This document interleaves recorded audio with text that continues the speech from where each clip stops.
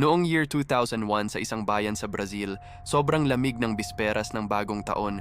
Puno ng ilaw sa sasakyan ng mga pulis ang kalsada habang naghahanap sila sa nawawalang babae na si Elena Ramirez.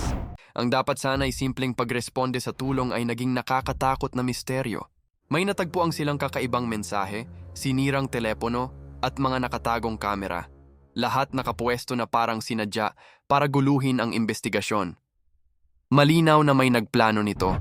Habang sinusuri ng mga detektib ang mga ito, unti-unti nilang nadidiskubre ang lihim na matagal na palang umiikot sa buhay ni Elena. Napagtanto nila na hindi lang ito tungkol sa paghahanap sa kanya, kundi pagtuklas kung sino ang may matinding galit na handang mag-ayos ng ganitong kalupitang pagdukot. Habang tumatakbo ang oras, lalo lang humihigpit ang misteryo at nananatili ang tanong, sino ang taong nasa likod ng pagkawala ni Elena? Hanggang sa kasalukuyan, nanatiling misteryo ang pagdukot at pagkawala ni Elena.